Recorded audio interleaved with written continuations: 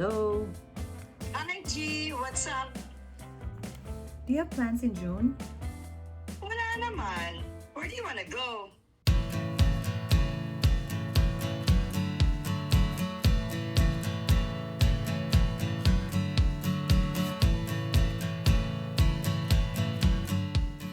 There's nothing more enjoyable than a vacation where you have both your family and your best friends with you.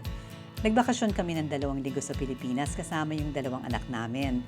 Nagkita-kita kami doon ng mga matatalik naming kaibigan. And I'm talking about lifelong friends. Yung bang mga kaibigan ko since kinder who traveled with their husbands. We were 4 couples. Out of those 4, 3 couples planned to retire in the Philippines. Kasama kami doon. Actually, I wanted to know if we would all still want to retire in the Philippines after this vacation. Well, wait till the end and you'll find out. Lahat kami, we've lived in the States for more than 20 years.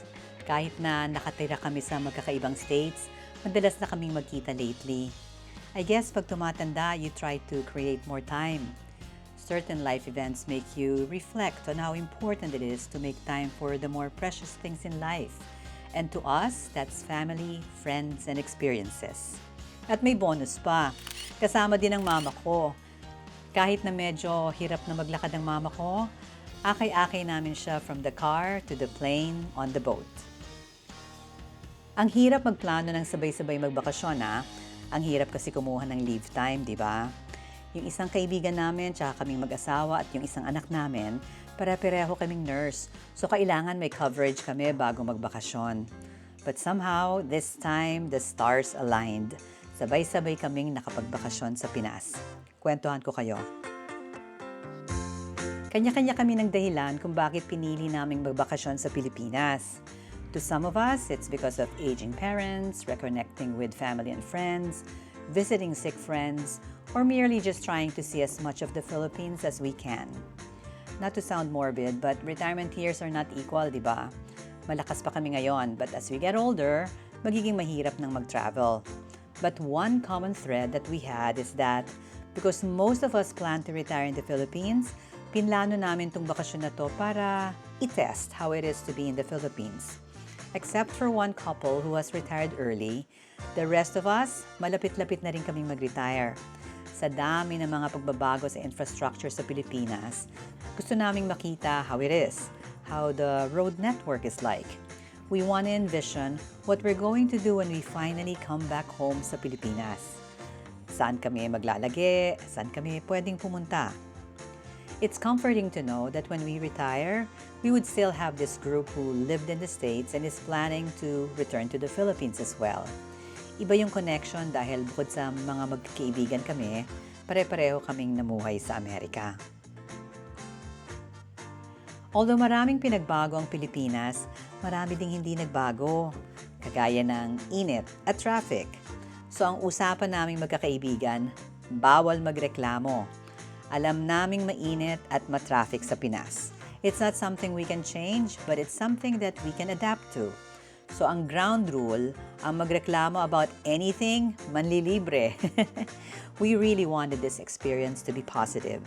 And thinking positive collectively set the tone for our trip. Sa Palawan kami nagkita-kita, sa El Nido. Although we could have afforded a more luxurious accommodation, we decided to make this trip meaningful by supporting a family friend's small hotel. Nung nag-pandemic kasi, like many in the service industry, bumagsak ang negosyo nila. Ngayon pa lang ulit sila bumabangon at nag-uumpisa. So, doon kami nagstay. They have a wonderful staff. Alam nyo na, mga Pinoy ang galing talagang mag-alaga ng customers. Very happy kami sa service nila. Dahil puro kayod at trabaho kami sa Amerika, we decided to go to El Nido to truly savor the sea and the beautiful sights of nature. Walang sinabi ang Hawaii or Mexico sa mga isla at dagat ng Pilipinas. Ang ganda-ganda. Pagsakay pa lang ng bangka at habang nalalanghap ang hanging dagat paglaot namin, para kaming nasa langit. Sabi nga namin, namnamin ang sarap dahil matatagalan bago namin magawa ulit to. We went on 2 island hopping tours on 2 separate days. Dahil malaki ang grupo namin, 13 kami. It was a private tour. It was a few hundred pesos more than a regular tour. Maghapon kaming nag-island hopping. 9 in the morning kami pumalaot, 5 p.m. na kami nakabalik. Nag-swimming kami, nag-snorkel, nag-kayak, kumain. Kasama ang lunch sa tour. Sa isang island kami na nanghalian. Hindi tinipid ang pagkain namin ha. Ang dami-dami at ang sarap ng luto. Ang babait, matulungin at ang sayang kasama ng mga bangkero namin sa island hopping tour. They made us feel very safe, lalo na yung mga hindi marunong lumangoy. They strategically positioned themselves para nakikita nila kaming lahat na nasa tubig. Ang tiyaga din nilang tumulong dun sa mga hirap ng lumakad at bumaba sa bangka. Matyaga nilang tinulungan na makababa at makalangoy sa tubig para ma-enjoy pa rin nila ang mga isla at ang dagat. On top of that, sila din ang photographer at videographer namin. Para silang mga pro. Alam nila kung saan kami magpo-post, kung sino dapat ang magkasama sa picture, kung sino ang solo. Hindi ko na nga nagamit tripod ko eh. Ang galing din nilang kumuha ng video ha. May special effects pa. Tinalo si Ate G. At the end of the day, mga magkakaibigan na kami. 2 araw ba naman kami magkasama eh. Kainuman na namin sila nung gabing yon. Minsan magugulat ka talaga sa mga Pinoy eh. Meron kaming mga only in the Philippines moments na na-experience. Yung flight namin sa El Nido, dahil walang passenger boarding bridge and we had to walk the tarmac, guess what? Pinapayungan nila ang mga pasahero as they board the plane at binigyan din nila kami ng payong. Takot kasi ang mga Pinoy sa init, di ba? Masisira complexion natin. Tapos, sa El Nido, dahil mahina na ang tuhod ng mama ko, nahirapan siyang maglakad papunta sa bangka. So anong ginawa ng mga Pinoy? Pinaupo nila si mama sa silya at binuhat nila ang silya para makarating si mama sa bangka. And they were able to safely get my mom on the boat. Only in the Philippines talaga yon. Sa States, that's a safety and liability issue. Walang gagawa nun. Pero kung hindi nila ginawa yon, hindi makakasama ang mama ko. Ang babait nila, no?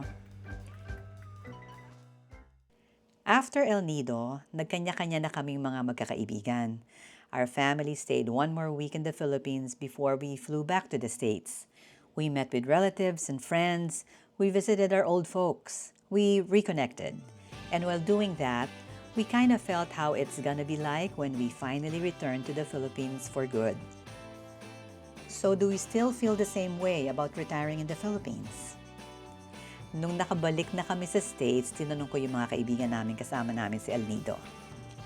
Yung isa, dahil sa medical condition niya, hindi siya talaga pwedeng mag-retire daw sa Pilipinas.